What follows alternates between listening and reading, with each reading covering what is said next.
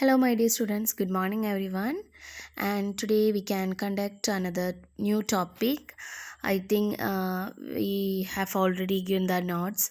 So, the second laws of natural development, that is law of independence. So, law of independence in the Montessori, the acquisition of independence is necessary to the child's normal development. No one can be free unless he is independent. Okay, the child uses his independence to listen to his own inner guide for actions that can be useful to him, and we can lead children towards independence in several ways. The first one, the child must be given the opportunity to work with the material. We have to give the opportunity to work with the material in the environment, and the child must be assisted to develop his will. Okay, the child must be assisted to develop his will. So many ways we have to lead the children. We have to let the children toward independence in several ways. So first one is, the child must be given the opportunity to work with the materials in the environment to encourage his independence. Never do what the child can do for himself. No one can be free unless he is independent. Therefore, we can active manifestation, and the child individual liberty must be so guided, so that through this activity he may arrive of independence. That's the main ways in the opportunity. And second way, the child must be assisted to develop his will. The child's energy must be direct towards a given and end on the activities, and the child choose for them do the activity. And third one, the child must be aided in developing discipline. They should be given constructive work. We can give the constructive work, so the child must be aided developing discipline, because in many category to develop the construction.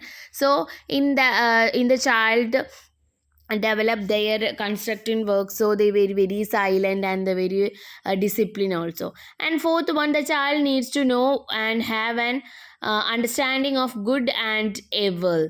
To achieve this distinction, the adult must set firm limits against destructive and antisocial behaviors, because they understand, they know, they need to know understanding good and evil, good and bad or anything, so they can achieve the distinction, what is the good, what's the evil, like that.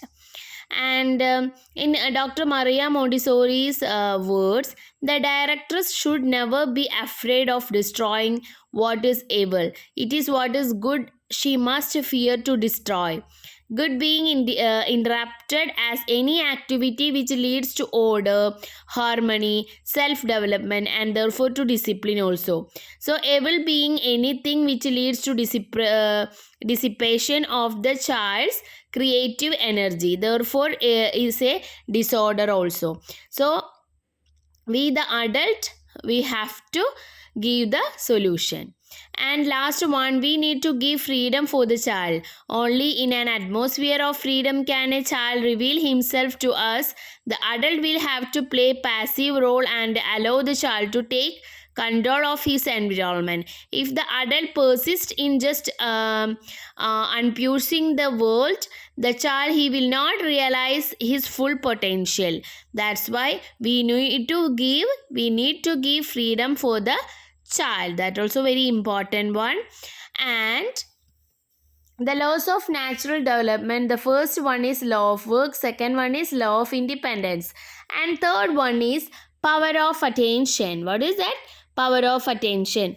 Maria Montessori said that at a certain stage of development, the child becomes sensitive to his environment and begins to direct his attention to a particular object in his environment.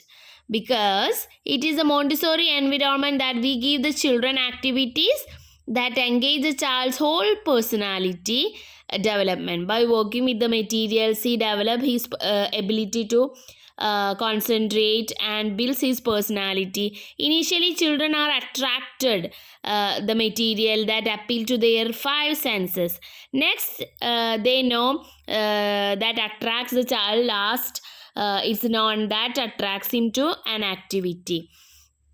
That is the very important. That is a power of attention. Attention means we can involve the child personality, and they can concentrate his on development and the whole personality also.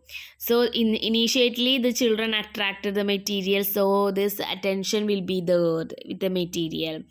And concentration is the way that opens up the treasure within the child. When the child is able to concentrate, he replaces an instinctive interest based on very impressive activity and interest also.